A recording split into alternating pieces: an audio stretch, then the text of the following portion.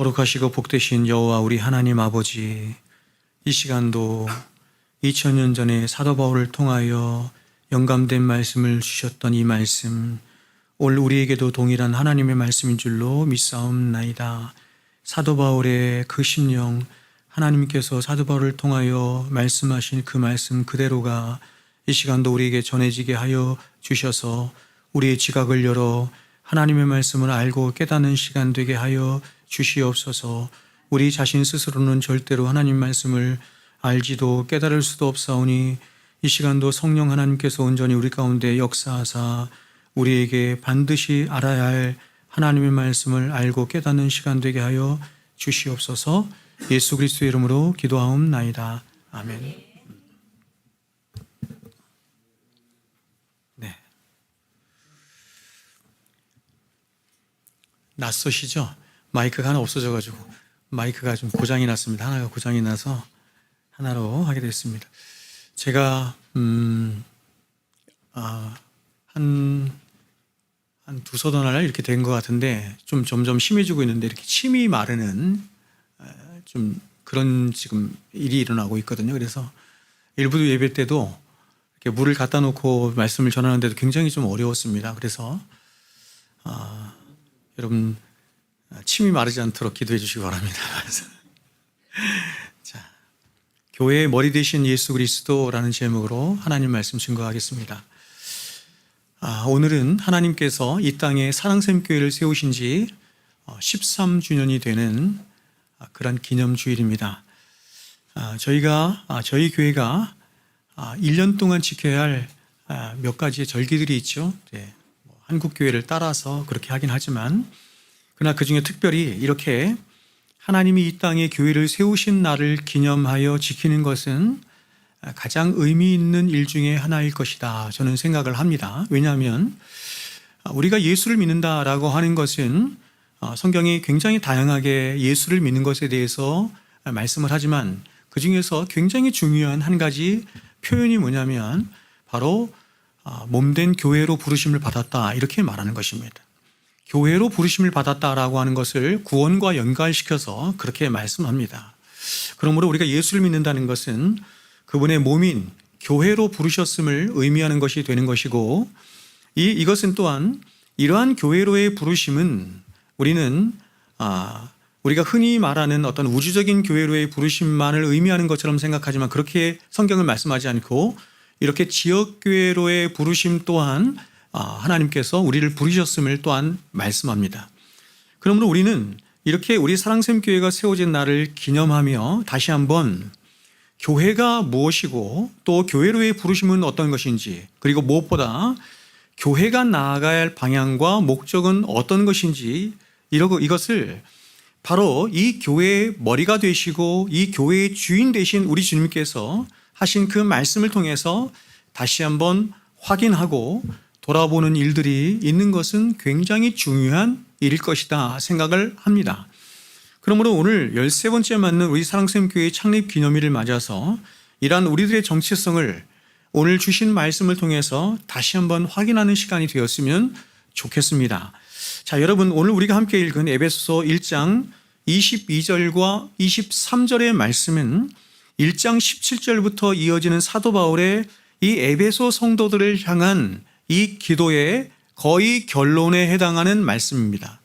사도는 에베소 성도들을 위하여 기도하는데 가장 먼저 하나님이 그들에게 지혜와 계시의 정신을 주셔서 하나님을 알게 하시기를 위하여 기도하고 있습니다. 이것이 사도가 에베소 성도들 향하여 기도하는 기도 제목의 첫 번째입니다. 첫 번째. 여러분 저 또한 새벽에 성도들을 위해서 또 교회를 위해서 기도할 때 우리 성도님들을 생각하면서 기도할 때 가장 많이 기도하는 것이 바로 이것입니다. 하나님 지혜와 계시의 정신을 허락하여 주셔서 하나님을 아는 성도들 되게 하여 주시옵소서. 이 기도입니다. 왜냐하면 이 세상에 성경이 말씀하는 이 세상의 최고의 복은 하나님을 아는 복이고 더 나아가서 팔복에서 말씀하는 것처럼 하나님을 보는 것입니다. 하나님을 보는 것입니다. 세상에 있는 모든 종교가 목적하는 것처럼 기독교 역시도 하나님을 보는 것을 목적으로 합니다. 하나님의 말씀이 들려질 뿐만 아니라 그렇죠? 하나님의 말씀이 들려질 뿐만 아니라 말씀을 통하여서 하나님을 알고 하나님을 보는 일, 그것이 기독교 신앙의 가장 최종적인 목적이다, 이렇게 말씀을 드릴 수 있습니다. 이어서 사도는 하나님이 그들의 마음의 눈을 밝히사 하나님의 에베소 성도들에게 주신 복을 알고 깨닫기를 위하여 또한 기도하고 있습니다. 하나님께서 에베소 성도들에게 교회에 주신 복이 굉장히 많이 있는데 그것을 눈이 어두워서, 생각이 어두워서 보지 못하고 깨닫지 못하고 있는 것입니다. 그래서 사도는 기도하기를, 하나님 저들의 마음을, 눈을 밝히셔서 저들로 하여금 하나님께서 저들에게 주신 복을 알게 하시고 깨닫게 하여 주십시오, 이렇게 말하는 것입니다. 여러분, 그 복이 무엇입니까? 사도는 그것을 크게 세 가지로 말하고 있습니다. 그러니까 하나님께서 에베소 성도들에게 혹은 교회에 주신 복이 크게 세 가지가 있는데, 첫 번째 복이 뭐냐면 부르심의 소망이 무엇인지를 알기를 원하는 것입니다. 그러면 여러분, 하나님께서 이 에베소 성도들을 부르신 그 부르심의 소망의 핵심이 무엇일까요? 그것은 이렇습니다.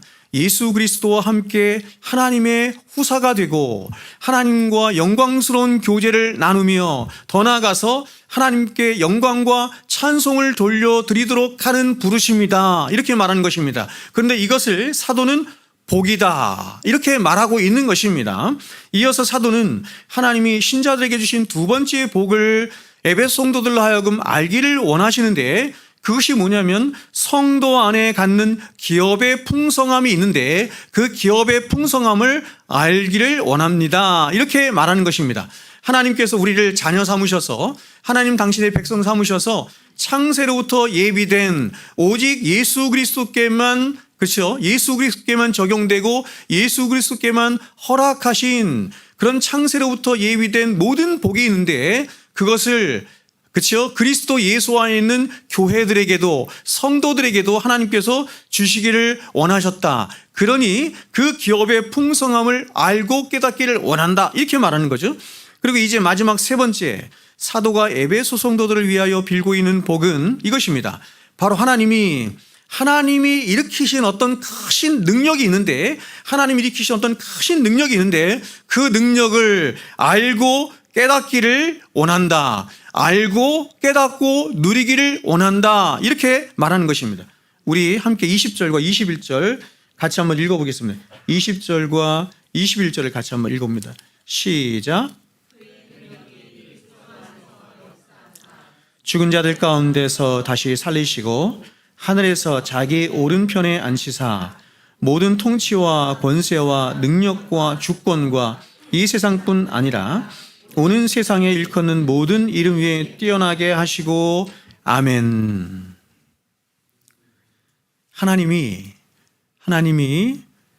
크신 능력을 일으키셨다는 것입니다. 그러면 하나님이 일으키신 크신 능력이 무엇입니까? 사도는 그것을 두 가지로 이야기를 하고 있습니다. 첫 번째로 사도는 하나님이 일으키신 첫 번째 능력을 부활의 능력이다, 이렇게 말합니다. 하나님의 아들이신 예수 그리스도를 사망과 죽음에서 일으키신 부활의 능력이다, 이렇게 말합니다. 즉 하나님이 당신의 능력으로 저와 여러분의 유일한 중보자가 되신 예수 그리스도를 사망에서 일으키셨다, 이렇게 말하고 있습니다.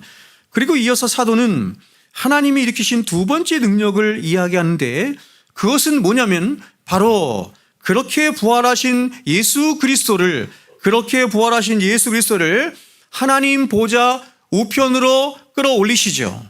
승귀케 하시는데, 부활케 하시는 승기를 넘어서 하나님 보좌 우편에까지 끌어올리셨을 뿐만 아니라 모든 정사와 권세와 능력과 모든 주관하는 자들 위에 뛰어나게 하시고 만물을 그 발 아래 복종하게 하심으로 온 세상 우주 만물의 왕이 되게 하셨다, 이렇게 말하는 것입니다. 그렇다면 여러분, 이렇게 주님이 부활하시고 승천하셔서 모든 이름 위에 뛰어난 이름이 되사 모든 만물의 주권자가 되시며 왕이 되신 것이 왜 교회된 저와 여러분에게 복이 될까요? 이걸 복이라고 말씀하고 있잖아요. 사도는 그것을 22절 하반절에서 이렇게 말합니다. 그를 예수 그리스도를 만물 위에 교회의 머리로 삼으셨느니라. 그렇죠? 바로 모든 만물 위에 뛰어나시고 모든 만물의 주권자가 되신 예수 그리스도께서 교회의 머리가 되신 것이 교회된 너희들에게 가장 큰 복이 된다, 이렇게 말하는 것입니다. 여러분, 여기서 교회의 머리로 삼으셨다는 말을 좀 더 바르게 번역하면 이렇게 말할 수 있죠. 교회를 위하여 하나님께서 예수 그리스도를 교회의 머리로 삼으셨다, 이렇게 말하는 거죠. 그러므로 여러분, 우리는 여기서 과연 교회가 무엇이며 또 교회의 영광이 어떤 것인지를 1차적으로 알게 됩니다. 여러분, 교회가 무엇입니까? 오늘 사도가 에베소 성도를 향해서 기도하는 이 기도를 통해서 우리가 알게 되는 교회는 과연 무엇입니까? 여러분, 오늘날 사람들은 거의 대체적으로 교회가 무엇인지 잘 모릅니다. 세상 사람들은 말할 것도 없고 교회에 몸담고 있는 성도들조차도 성경적인 교회론을 가지고 신앙생활을 하는 사람을 거의 찾아보기가 힘듭니다. 오늘날 제가 목사의 눈으로 볼 때 오늘날 성도들 안에서 가장 망가져 있는 교리 중에 하나가 뭐냐면 신론, 하나님에 대해서 성령론, 그리고 무엇보다도 구원론, 이런 것들이 굉장히 많이 왜곡되어 있거나 망가져 있는데, 이 구원론과 더불어서 가장 많이 사람들에게 왜곡되고 있는 것 중에 하나가 뭐냐면 이 교회론입니다. 사람들이 교회를 다니긴 하는데 교회가 무엇인지 잘 몰라요. 교회의 복됨이 무엇인지, 교회의 영광이 어떤 것인지 잘 알지를 못합니다. 그리고 혹시 지식적으로 이 교회가 어떤 것인지 그렇게 아는 사람이 있다 할지라도 이 성경이 말씀하는 교회를 그대로 믿는 사람은 흔치 않은 것 같습니다. 여러분이 이 에베소서와 같은, 그렇죠? 이 교회론에 대해서 풍성히 말하는 에베소와 같은 말씀들을 여러분이 읽어보시면 우리가 알고 있거나 우리가 경험하고 있는 교회와 성경이 말씀하는 교회가 너무나 괴리가 크기 때문에 성경이 말씀하는 교회를 이렇게 우리가 읽으면서도 이것이 과연 교회인가? 이게 피부로 잘 와닿지 않는 것입니다. 너무나 크고 너무나 영광스럽게 말하기 때문에 이게 잘 와닿지 않거나 믿지 않는 것입니다. 자, 그러면 여러분, 성경은, 오늘 사도는 교회를 무엇이라고 말하는지 한번 보십시오. 22절, 23절 같이 한번 읽겠습니다. 시작.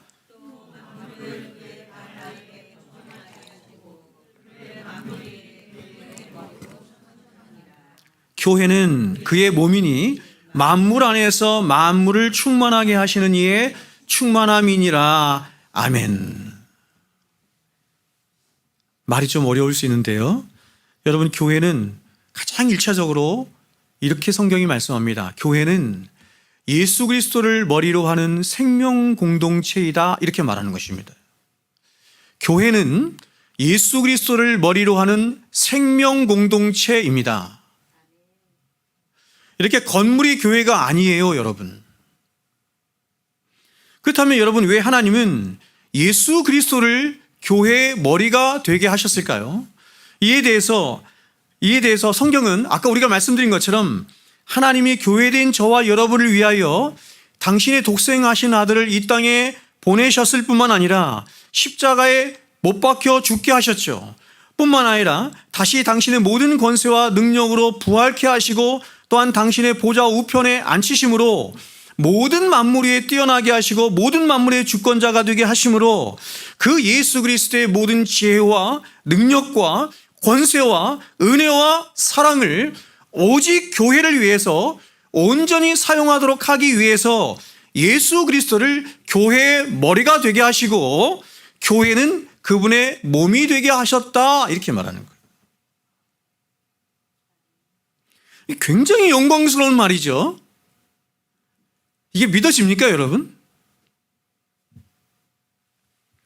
여러분, 교회가, 그리고 교회 안에 있는 모든 성도들이 바로 이러한 존재들이라고 말씀하고 있어요. 바로 천지 만물을 지으셨을 뿐만 아니라 그 천지 만물을 통치하고 계시며 마침내 심판하실 그 유일하신 하나님이시여 유일한 중보자시며 이 땅의 모든 지혜와 능력과 권세를 지니신 한 몸에 지니신 그 예수 그리스도께서 당신 안에 있는 모든 권세와 능력과 사랑을 온전히 다 베풀어 주시기 위해서 머리로 계신, 그래서 그 머리와 절대로 뗄래야 뗄 수 없는 몸으로 존재하고 있는 것이 바로 교회이자 교회 안에 있는 성도다, 이렇게 말씀하는 거예요.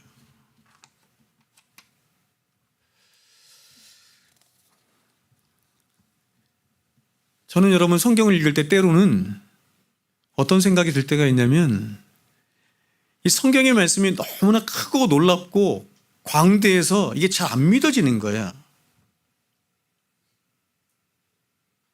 피부에 잘 와닿지 않는 거죠. 그래서 우리는 그냥 우리가 흔히 쉽게 경험하고 보는 것에 의해서 성도된 자신을 정의하거나 생각하거나 혹은 교회에 대해서 바라보거나 생각하거나 판단하는 경우가 굉장히 많이 있습니다.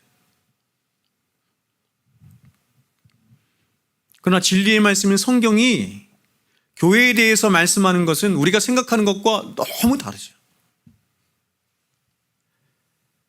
교회는 예수 그리스도 그분이 머리로 계시는 것입니다. 머리로 계시는, 그래서 이 세상 무엇과도 결코 비교할 수 없는 가장 존귀하고 복되며 가장 영광스러운, 보세요, 예수 그리스도의 몸으로 존재하는 곳이 교회예요. 예수 그리스도의 몸이 교회입니다. 예수 그리스도의 몸의 지체로 있는 자들이 저와 여러분이라는 것입니다. 우리가 교회니까. 여러분은 교회를 어떻게 알고 있습니까? 마찬가지로 여러분은 여러분 자신을, 교회된 여러분 자신을 이런 교회의 일원이자 지체로 진정으로 알고 있습니까? 그래서 교회를 이런 가치로 대하며 여러분의 힘을 다해서 그 교회를 섬기며 여러분의 몸 안에 함께 있는 성도들을 섬기며 사랑하며 함께 교회를 세워나가고 있습니까? 여러분, 성경이 말하는 교회는, 그리고 그 교회의 몸으로 있는 성도된 저와 여러분은 바로 예수 그리스도 그분이 교회의 머리로 계신, 그래서 그분의 모든 존귀함과 능력과 지혜와 사랑과 은혜가 그 몸 안에 있는 저와 여러분에게 그대로 다 쏟아부어질 뿐만 아니라 그대로 역사하고 적용되어지는, 바로 이 세상 무엇과도 비교할 수 없이 가장 영광스럽고 존귀한 자들이 바로 이 교회 안에 몸담고 있는 저와 여러분이다, 이렇게 말합니다.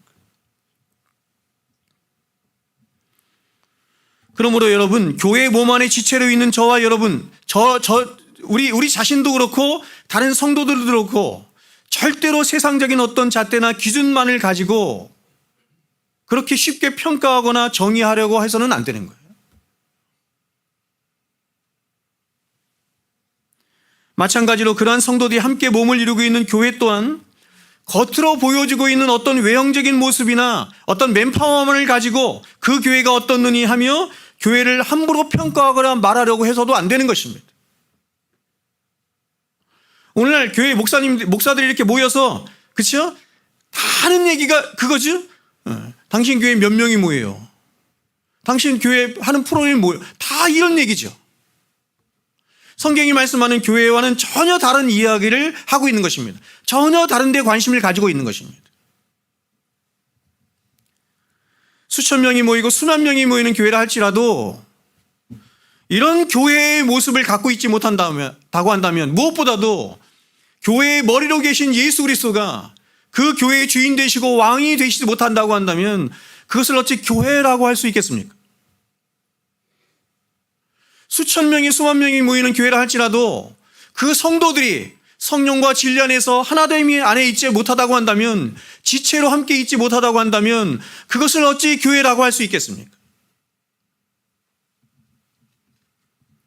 자, 이제 두 번째로, 이러한 연장선 속에서 예수님이 교회의 머리가 되시고 교회가 그분의 몸이 된다는 것은 바로 머리 되신 주님과 몸으로 있는 교회는 결코 뗄래야 뗄 수 없는 한 몸 하나라고 하는 것을 성경이 말씀하는 것입니다.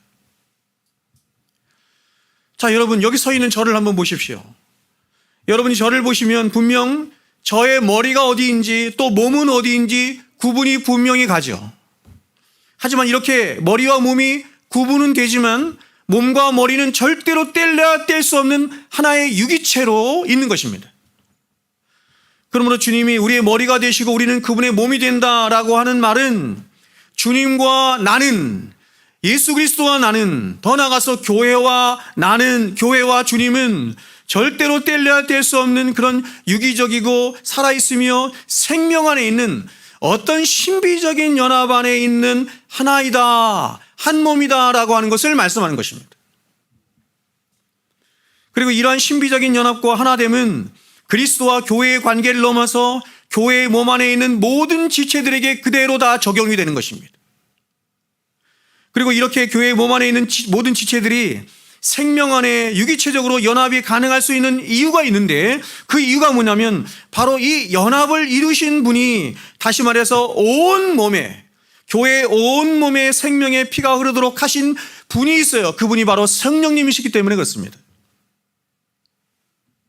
즉 머리 대신 예수 그리스도와 몸을 구성하고 있는 모든 성도들과의 연합도 성령 안에 이루어지는 것일 뿐만 아니라 몸 안에 있는 지체들 간의 연합 또한 성령 안에 이루어지고 지탱되며 유지되고 증진되는 것입니다. 여러분, 이 교회가 얼마나 영광스러운지 한번 보십시오. 이 교회의 머리로 하나님이 삼으신 것이 예수님이십니다.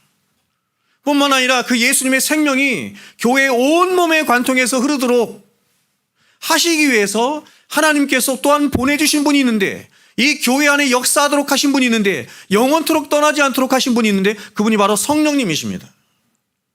그게 교회인 것입니다. 그런데 여러분, 성령님은 바로 이러한 모든 연합을, 그리스도와의 연합과 성도들과의 연합을 오직 진리 안에서만 이루시고 역사하시는 것입니다. 왜냐하면 성령님은 그야말로 진리의 영이시기 때문에 그렇습니다. 그래서 사도는 에베소 4장에서 이런 신비적인 연합 가운데 이루어진 교회를 이렇게 말했습니다. 성령의 하나 되게 하신 교회, 이렇게 말했습니다. 교회는 사람들이 어떤 도모나 어떤 모임이나 어떤 힘이나 어떤 능력으로 하나 되거나 연합될 수 있는 게 아닙니다.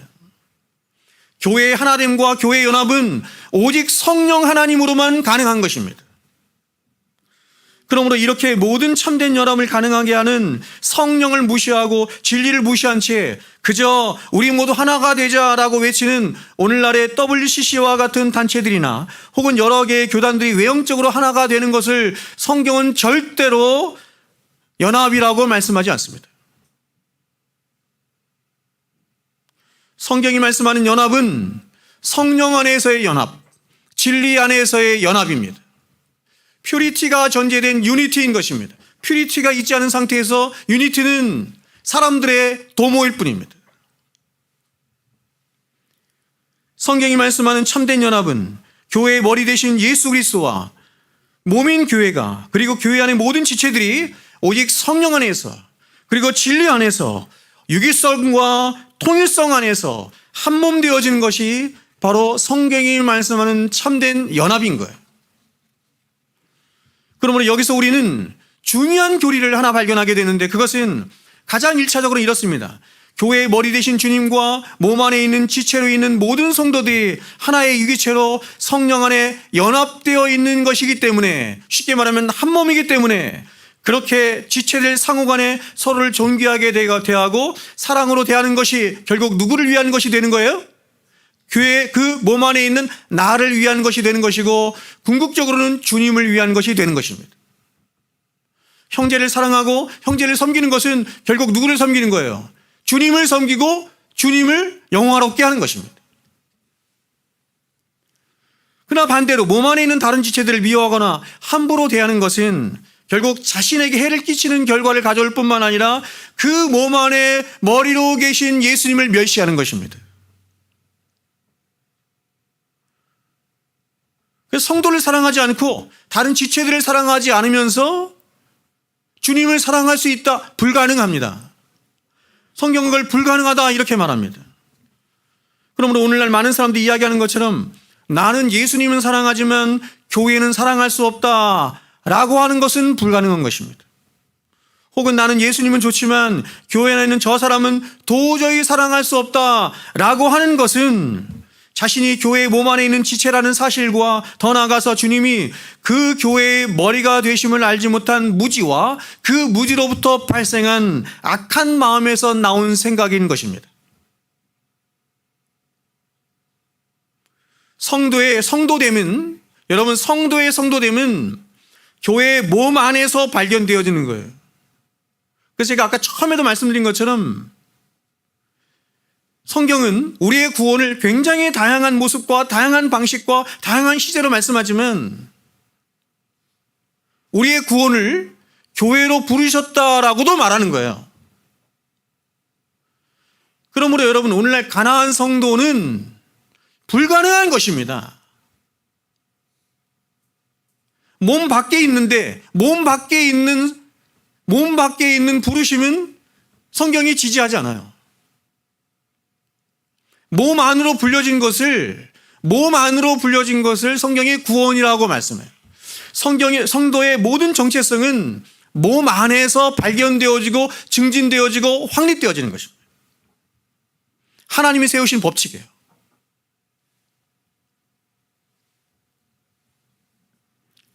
그래서 예수님께서 이렇게 말씀하셨잖아요.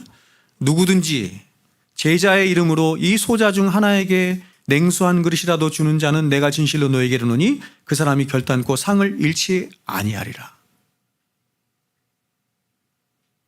작은 소자에게 냉수 한 그릇 준 것이 누구에게 좋은 거란 거예요? 예수님에게 준 것이다, 이렇게 말하는 거예요. 교회 안에 있는 정말 평범해 보이고 아무도 주목하지 않는 어떤 지체들을 향해서 선을 베풀고 섬기고 사랑의 실천을 한 것을 두고 주님이 나에게 한 것이다, 이렇게 말씀한다는 것입니다. 그래서 주님이 이웃을 사랑하라 하실 때 뭐라고 말씀하셨어요? 이웃을 사랑하라 하실 때 네 몸처럼 사랑하라 하신 이유가 여기 있는 거예요. 내 몸처럼. 그렇죠? 왜요? 몸 안에 나도 다른 형제들도 함께 한 몸 안에 있죠? 그래서 나를 사랑하듯이 형제를 사랑하는 것입니다. 그러므로 그리스도인이 가장 먼저 애쓰고 실천해야 할 것이 뭐냐면 몸 안에 있는 다른 지체들을 먼저 섬기고 사랑하는 것이에요. 어떤 목사님들을 보면 교회가 마치 세상을 위하여 존재하고 있는 것처럼 생각하는 경우가 그렇지 않습니다, 여러분. 교회가 존재하는 가장 1차적인 목적은, 가장 궁극적인 목적은 성부 하나님, 성자 하나님, 성령 하나님의 삼위 하나님의 영광을 위하여 있습니다. 아멘이시죠? 교회의 가장 중심된 존재 목적은 삼위 하나님의 영광을 위하여 있어요. 그 하나님께서 우리에게 사랑하라 말씀하시는데 그 사랑에도 질서가 있는 거예요. 세상은 사랑하는데, 세상에 나가서는 선을 베푸는데 교회 안에 있는 지체는 미워하는 사람들 있죠? 안 됩니다. 예수님께서 이렇게 말씀하셨죠. 요한복음 13장 34절 35절에서 너희가 서로 사랑하라. 세상을 사랑하라 이렇게 말하지 않고 너희가 서로 사랑하라. 교회 안에서 먼저 사랑하는 것입니다. 너희가 서로 사랑하면 이로써 모든 사람이 너희가 내 제자인 줄 알리라. 먼저 우리 안에서 섬기고 사랑하고 하나 되는 일이 있고 그 이후에 나가서 사랑하라는 것입니다. 질서가 있는 거예요. 이제 주님이 우리의 머리가 되시고 우리는 그분의 몸이 되는 것으로 갖는 두 번째 중요한 원리는 뭐냐면 바로 몸을 구성하고 있는 모든 교회의 지체들은 이렇습니다. 머리의 명령을 따라 움직이는 자들이 되어야 한다는 것입니다. 여러분, 이 팔에게 명령하지 않습니다. 그렇죠? 이 팔이 우리 안에 있는 내장에게 명령하지 않아요. 다리에게 명령하지 않아요. 모든 지체들에게 명령하는 것은 오직 한 곳으로부터만 옵니다. 어디예요? 머리로부터만 오는 거예요. 머리 대신 예수 그리스도부터만 오는 거예요. 몸에 모든 지체들, 몸 안에 있는 모든 지체들의 최종적인 권위가 누구에게 있냐면 머리 대신 예수 그리스도께 있는 것입니다. 그러므로 몸 안에 있는 모든 지체들은 늘 머리가 하는 말씀과 그 명령에 귀를 기울이고 그 명령을 따라 복종하고 순종해야 몸의 역할들이 유기적으로 잘 수행되면서 몸의 건강이 잘 유지가 되고 증진이 될 수 있는 것입니다. 머리가 명령을 하는데도 몸 안에 있는 어떤 지체가 말을 듣지 않는다면 우리는 병원에 가야 합니다. 고장났다는 것이죠. 머리에서 이 손에 명령하고 있는데 손이 말을 안 들어요. 병원에 가야죠. 고장난 겁니다. 여러분, 이것은 교회를 이루어가는 가장 중요한 교회의 원리 중에 하나라고 말씀을 드릴 수 있습니다.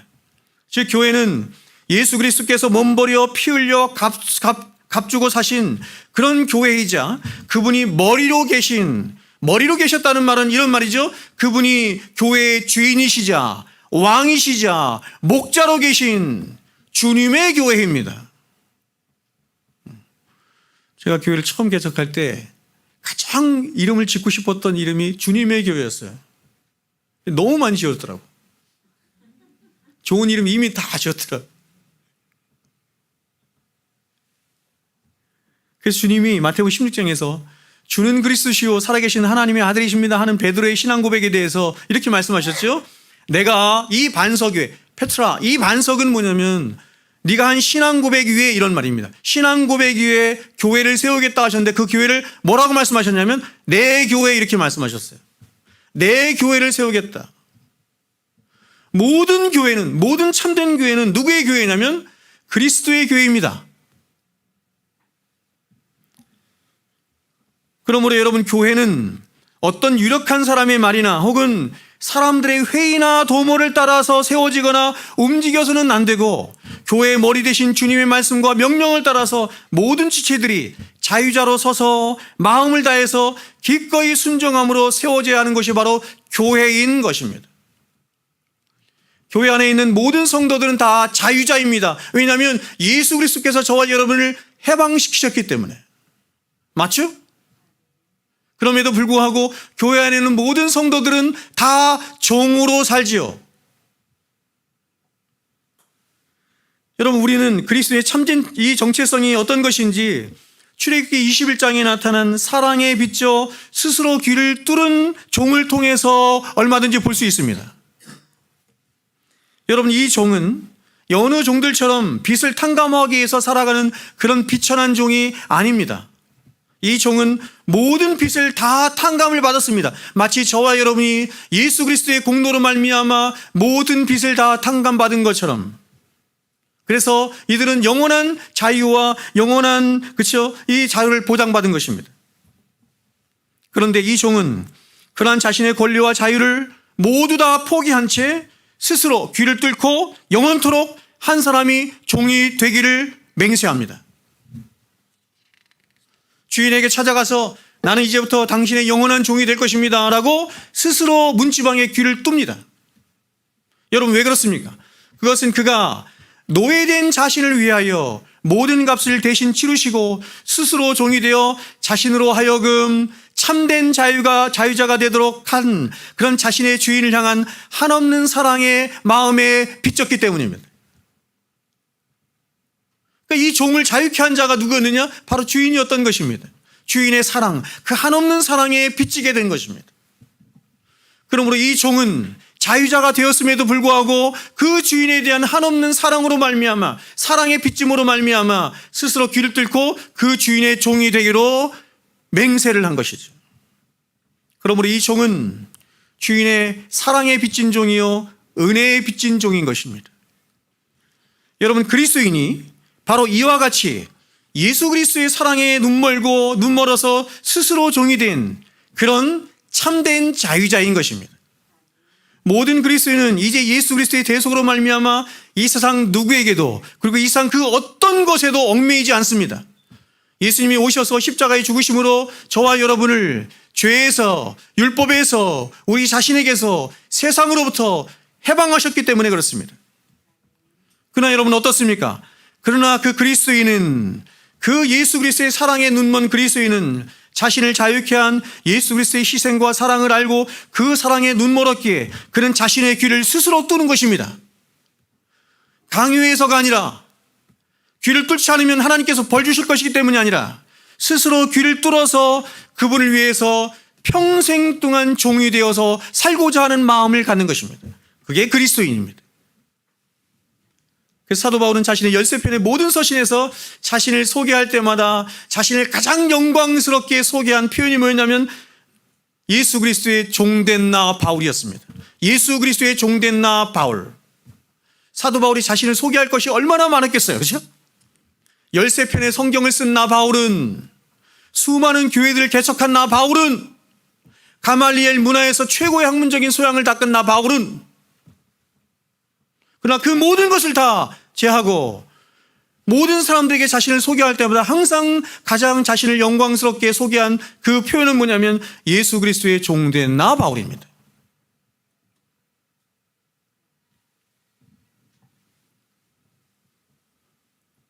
저와 여러분도 그래야 되지 않겠습니까? 그래서 그 은혜를 알아서 그 은혜에 비춰서 내 인생은 오직 하나님께로만 향하고 싶어요 라고 결심하고 마음 먹고 은혜에 빚진 우리 민호 집사님이 카톡 대문글에 예수 그리스도의 종 나 민호 이렇게 쓴 거예요. 우리가 다 그렇게 써야 돼요.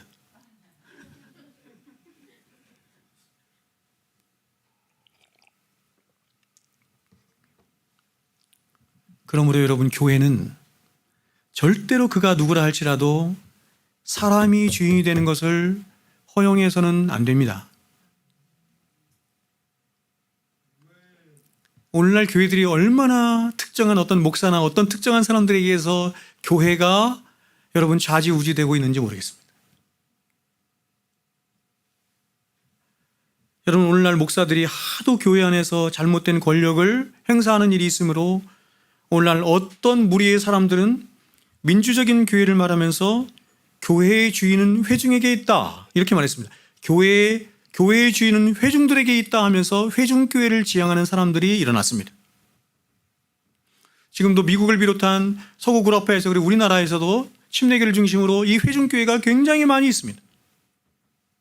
그러나 여러분, 정말 그렇습니까? 제가 묻고 싶은 거예요. 정말 그렇습니까? 교회의 주인은 목사도 아니지만 회중도 아닌 것입니다. 교회의 주인은 여기 서 있는 저도 아니지만 여러분도 아닌 것입니다. 교회는 오직 예수 그리스도 그분이 주인 되시고 왕이 되시고 저와 여러분의 유일한 목자장이 되셔야 할 줄로 믿습니다. 그러므로 교회 안에서 목사를 비롯한 어떤 특정한 사람들이 높여지거나 그 사람들의 말이 절대적으로 여겨지도록 해서는 안 돼요. 교회의 교회다움과 교회의 진정한 아름다움은 오직 교회의 주인이시오 왕 되신 우리 주님의 통치하심과 다스리심이 있을 때 나타날 수 있는 것입니다.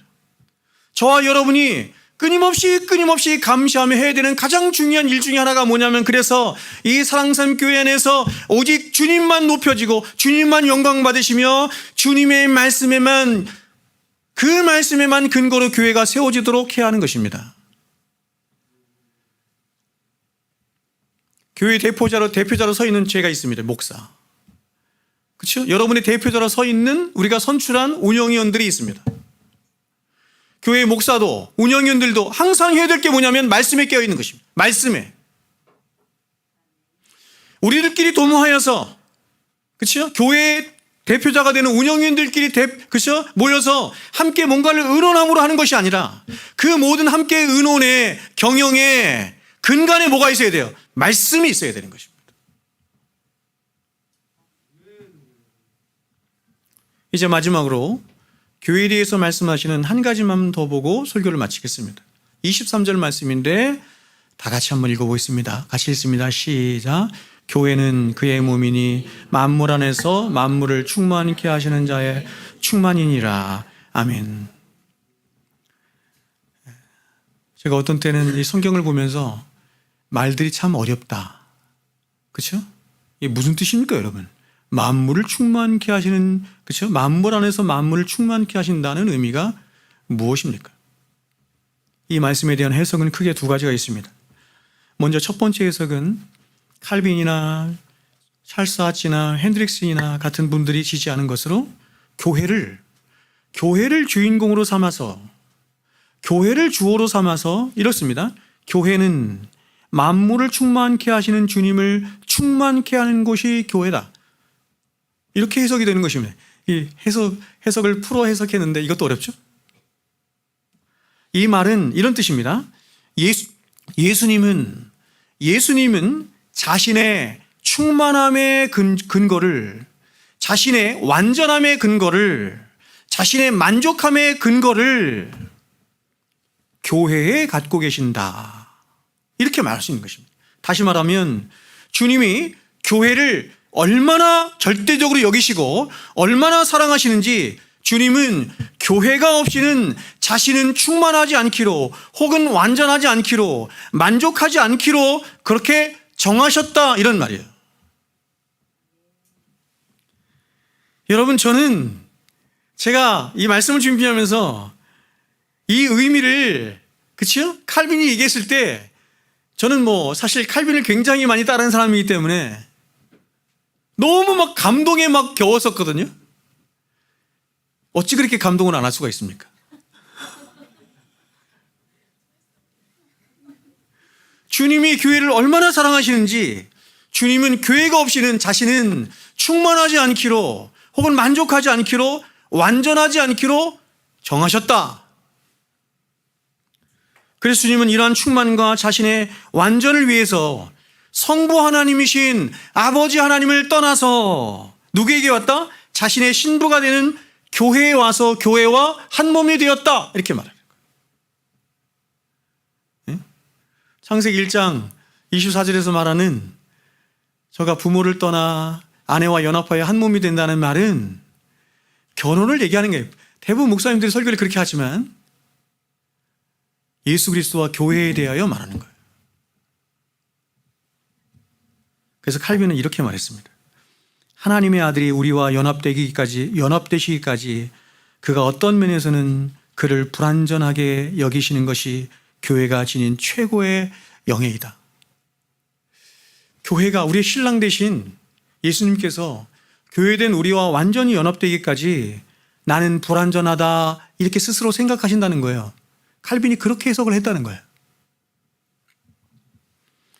여러분, 예수 그리스도는 성부, 성령 하나님과 더불어서 삼위 하나님 중에 한 분으로 영원전부터 영원토록 완전한 만족과 완전한 행복과 완전한 기쁨 가운데 거하고 계신, 그래서 그 어떤 누구의 도움이나, 그렇죠? 그 어떤 것도 필요치 아니하시는 완전하신 하나님이십니다.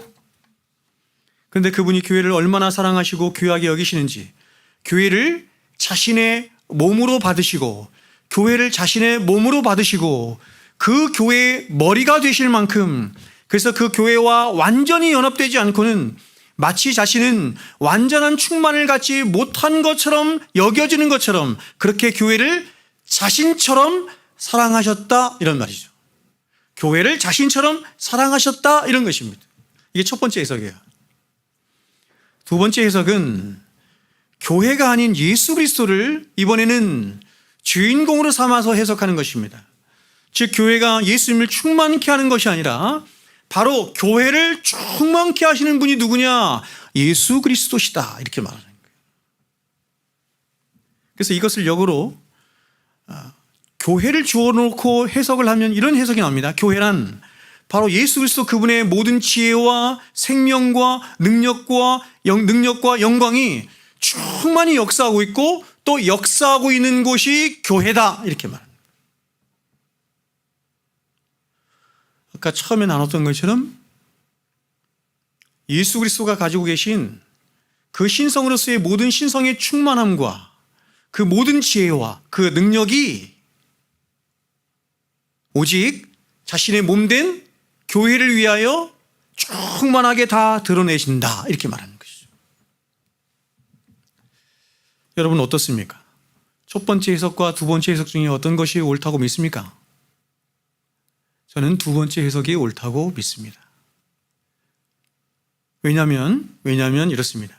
이제 오늘 우리가 오후에 성경 공부를 하겠지만 삼위일체에 대해서 공부할 텐데 첫 번째 해석으로 하면 삼위일체가 위협을 받아요. 왜냐하면 영원 전부터 영원까지 성삼위 하나님은, 성부, 성자, 성령 하나님은 그 누구의 도움이나 그 누구의 어떤 그런 섬김이나 이런 것이 전혀 필요치 않고 완전한 만족과 완전한 기쁨과 완전한 행복 가운데 거하시는 분이에요. 옛날 어떤 이단들은 하나님이 세상을 창조하신 이유를, 인간을 창조한 이유를, 이게 메소포타미아 그쪽 거기서 그런 어떤 전설에서 나오기도 하는 것인데, 신이 왜 인간을 창조했느냐? 신이 외롭기 때문이다, 결핍이 있기 때문이다, 이렇게 말하는 거예요. 그렇지 않습니다, 여러분. 왜 성부, 성자, 성령 하나님으로 계신 줄 아세요? 그리고 왜 그분의 존재 방식이 사랑인 줄 아세요? 사랑 안에서, 성부, 성자, 성령 안에서 완전한 행복과 완전한 기쁨 가운데 거하시는 것입니다. 누구도 필요치 않아요. 그러므로 하나님께서 세상을 창조하신 것은 그분이 외롭거나 그분이 뭔가 핍절하거나 그렇기 때문에 세상을 창조하신 것이 아니에요. 세상을 창조하신 목적이 뭡니까, 여러분? 세상을 창조하신 궁극적인 목적이 무엇입니까? 여러분, 저와 여러분을 구원하신 궁극적인 목적이 무엇입니까? 자, 세상을 창조죠. 저와 여러분을 구원한 거, 새 창조 이렇게 말해요. 창조와 새 창조의 궁극적인 목적이 뭐예요? 그분 자신의 영광을 위하여입니다. 그분 자신의 영광을 위하여입니다. 세상 모든 만물이 그분 자신의 영광을 있어야 할 만큼, 아니 그것이 절대적으로, 여러분 절대적으로 여겨져야 할 만큼 성삼위 하나님은 이 세상의 유일하신 하나님이요, 절대적인 하나님이시요, 영광의 하나님이신 거예요. 신재된 저와 여러분의 최고의 복됨이 뭐냐면 바로 그분을 보고, 그분의 영광을 보고 그분의 영광 안에서 사는 거예요. 영광을 즐거워하며 그 영광을 위하여 사는 거예요.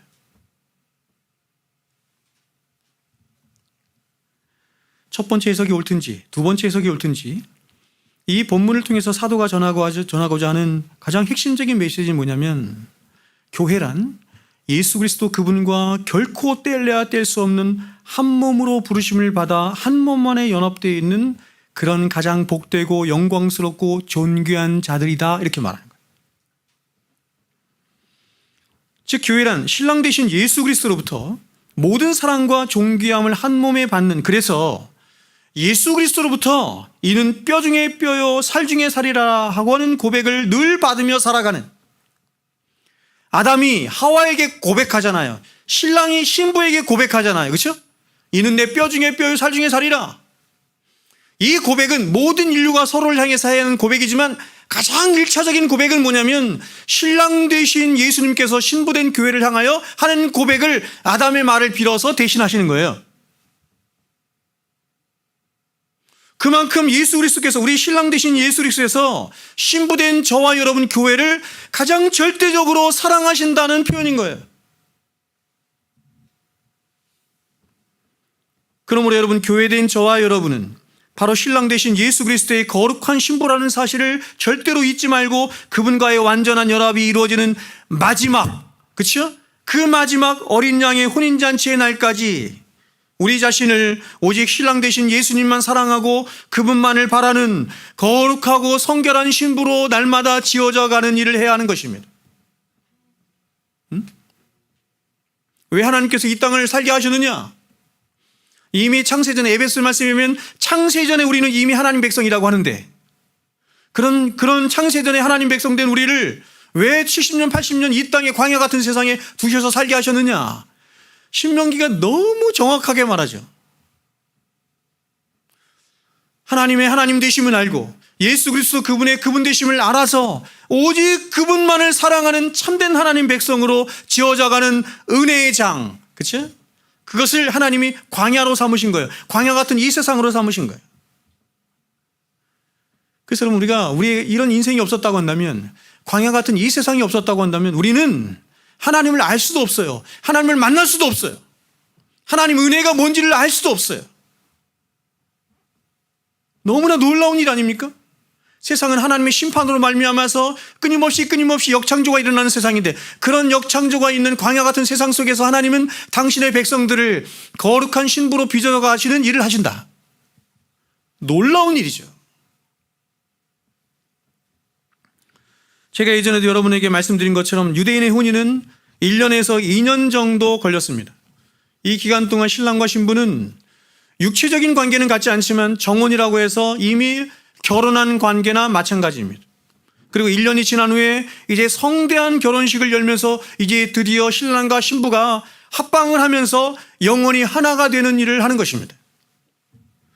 마찬가지로 여러분, 신랑 되신 예수 그리스도와 신부 된 교회는 이미 정혼한 상태인 것입니다. 저와 여러분은 이미 예수 그리스도와 결혼한 상태예요. 그리스도의 신부가 된 상태예요.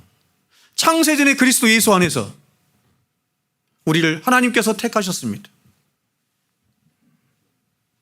하지만 교회는 신랑 되신 예수 그리스도와 다시 완전히 연합되어 하나 되기까지 잠시 떨어져 있는 것입니다. 잠시 떨어져 있어요. 그 기간이 바로 저와 여러분이 이 땅을 살아가는 이 세상에서의 삶의 기간인 것입니다. 광야의 기간인 거예요. 여러분이 이 세상을 왜 살아가는지, 이 세상에서의 삶의 목적이 어떤 것인지를 분명히 해야 돼요.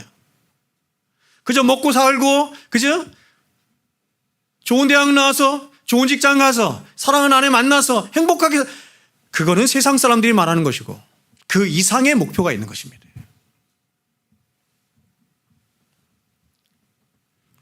그러면 여러분, 신랑과 신부가 잠시 떨어져 있는 1년 기간 동안 신랑은 무엇을 합니까? 신랑은 무엇을 합니까? 이게 유대인들의 이 결혼의 풍습에 그대로 있는 거예요. 바로 신부와 함께 영원히 살 집을 준비하고 결혼식에 필요한 모든 것들을 준비하는 것이 신랑이 해야 할 일입니다. 그래서 예수님은 유대의 결혼식을 비유로 말씀하시면서 내가 너희를 위하여 뭐라고요? 처소를 예비하러 간다, 이렇게 말씀하신 거예요.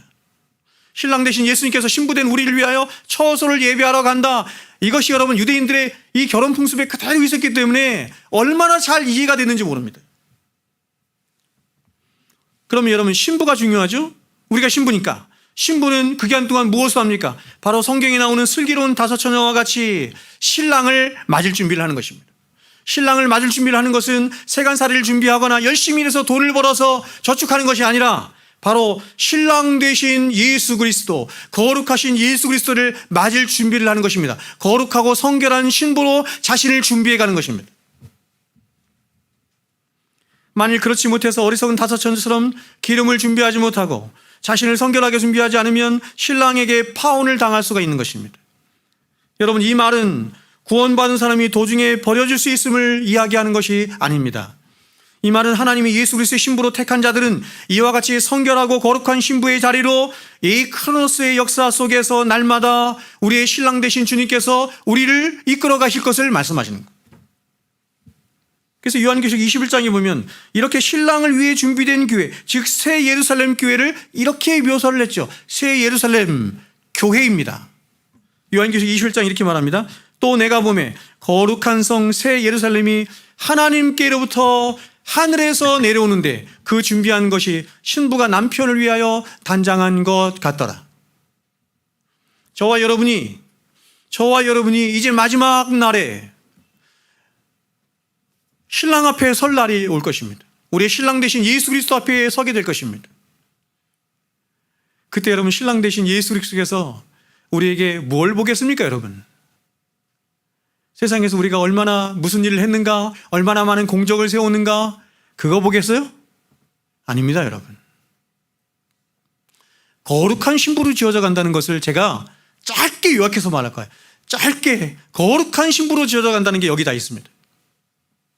오직 예수. 평생의 삶 동안 나는 오직 예수가 전부라는 걸 배웠습니다. 오직 은혜가 전부라는 걸 배웠습니다. 오직 믿음이 전부이라는 걸 배웠습니다.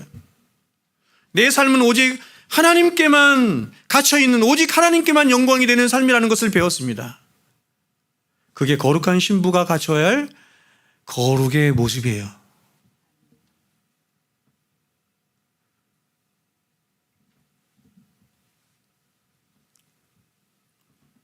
오늘날 여러분, 우리가 사는 이 세상은 교회를 굉장히 터부시하는 세상입니다. 아니, 세상은 말할 것도 없고 교회 안에 있는 사람들조차도 교회 안에서 행하여지는 많은 불완전함들을 경험하고 보면서 교회에 대한 깊은 실망감으로 냉소와 비판과 정죄를 일삼는 일들이 오늘날 너무나 많이 있습니다. 굉장히 가슴이 아픈 일이죠. 제가 최근에 조사한, 그쵸? 어떤 기독교 방송국에서 조사한 최근입니다. 한 조사를 보니 종교에 대한, 그쵸? 이 종교에 대한, 이게 뭡니까, 이걸? 뭐라고 하죠? 종교의 이끌림, 뭐, 좋아하는 거, 뭐라고 해요? 예? 선호. 좋습니다. 선호는 아니고, 하여튼 간에 그런 걸 조사를 했는데, 1등이 캐톨릭이었습니다. 캐톨릭. 기독교 안에 캐톨릭도 개신교도 같이 있는데, 캐톨릭이었습니다. 캐톨릭이 대략 57%막 이렇게 됐던 것 같아요. 두 번째가 어디냐면 불교입니다. 불교가 52% 이렇게 됐다. 굉장히 높죠? 그럼 개신교는 기대합니다. 최소한 40%는 되지 않을까? 제가 기가 막혔던 것은 개신교가 원불교보다도 낫습니다. 개신교가 세상 사람들로부터 신임도입니다. 신임도가 12%, 14%밖에 되지 않아요. 그럼 믿는 자들 안에서는 어떤가? 믿는 자들 안에서도 17%인 것밖에 되지 않다. 믿는 자들 안에서도 교회를 믿지를 않는 거예요.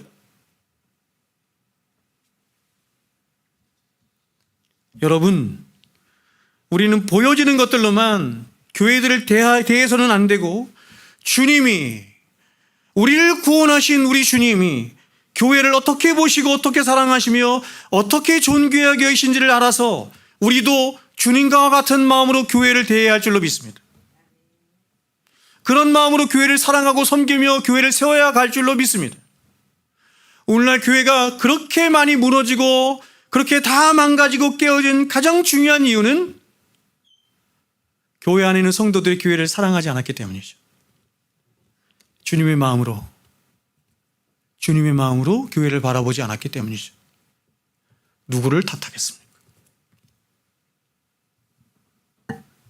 그러므로 여러분, 교회를 다시 회복시키는 일은 정죄하고 두들겨 패서 교회를 회복시키는 것이 아니라 우리 주님께서 하신 방식처럼 주님이 바라보신 그 눈을 회복하는 것입니다. 주님이 교회를 바라보시는 그 눈을 다시 회복하는 것입니다. 주님께서 어떻게 교회를 대하시고 어떻게 섬기셨으며 어떻게 사랑하셨는지를 교회된 우리가 배우는 것입니다.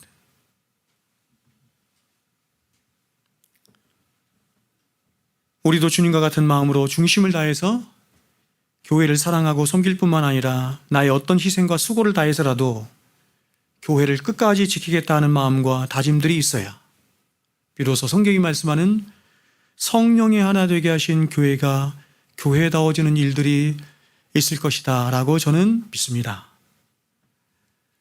여러분, 오늘날 어떤 사람들은 완전한 교회를 찾아서 이곳저곳을 떠들며 방황을 합니다.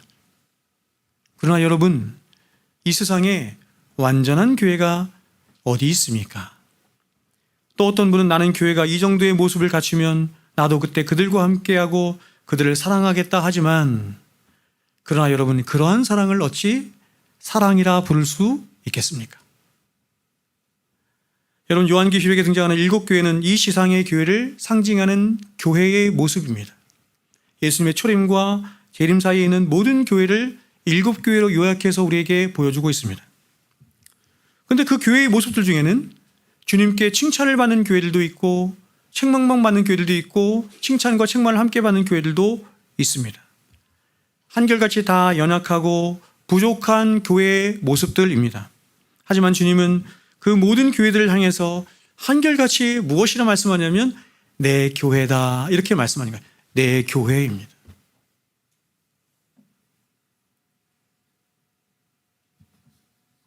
상처나고 찢기고 병들어서 그래서 세상으로부터 조롱도 당하고 멸시도 당하는 일이지만 그래도 주님은 그런 교회를 내 교회라고 말씀하신다는 것입니다. 여기서 여러 의견들이 가려지지만 저는 칼빈이 말하는 참된 교회를 지지합니다. 제가 말씀드리는 것은 뭐냐면 지상에 있는 교회가 교회라는 이름을 붙이고 있다고 해서 다 교회가 아니라는 것입니다. 지상에 있는 교회 중에 교회는 어떤 교회냐?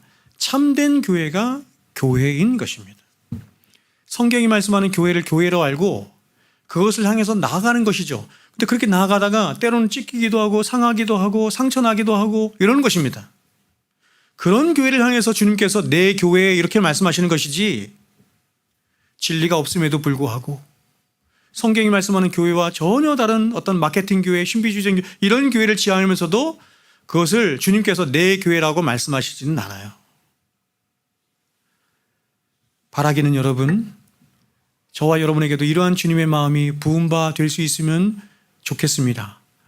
그래서 부족하고 연약한 우리들이지만 서로 붙들어주고 격려해주고 사랑해줌으로 이런 우리들을 통해서 성령의 하나 되게 계신 교회가, 이 사랑샘 교회가 앞으로 더욱더 아름답게 세워져 갈 수 있는 그런 은혜가 우리 교회 안에 늘 충만할 수 있기를 여러분에게 부탁을 드립니다.